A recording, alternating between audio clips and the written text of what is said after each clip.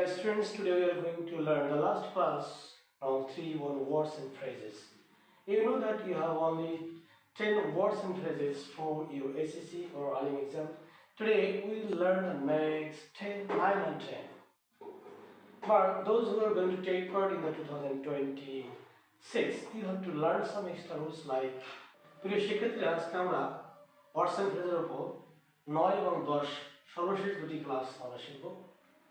তাদের পরীক্ষা 2025 সালে তাদের জন্য 10টি রুল ফিক্সড করে দেওয়া হয়েছে, আর যাদের পরীক্ষা 2026 তাদের জন্য এক্সট্রা কিছু ক্লাস লাগবে। আমি পরবর্তী ভিডিওতে ক্লাসগুলো দেওয়ার চেষ্টা করব। ওকে, নো মোর লেটস লার্ন। চলো শিখি। রুল নাম্বার 9, হোয়াটস লাইক, অর্থাৎ কোনো কিছু কেমন বোঝাতে বসে। এটা ব্যক্তি হতে পারে, বস্তু হতে পারে, অর্থাৎ কোনো একটা জিনিস কেমন এইরকম বোঝায়, তাহলে আমরা হোয়াটস লাইক ব্যবহার করব। Example, what's your friend like, এর অর্থ হচ্ছে তোমার বন্ধু কেমন।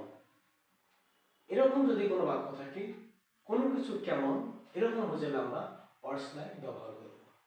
হোয়াটস লাইক। আর এইসব বাক্যের শেষে সাধারণত আমরা লাস্টে একটি কোয়েশ্চেন মার্ক দেখতে পাবো।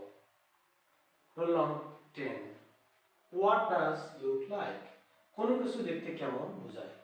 অর্থাৎ প্রথম রুলটা ছিল কোনো কিছু কেমন, আর রুল নাম্বার 10 হচ্ছে কোনো কিছু দেখতে কেমন এমন বোঝায়। অর্থাৎ what does a ghost look like, একটা ভূত দেখতে কেমন। এসব বাক্যের শুরুতে একটা গ্যাপ থাকে এবং শেষের দিকে থাকে গ্যাপ থাকে।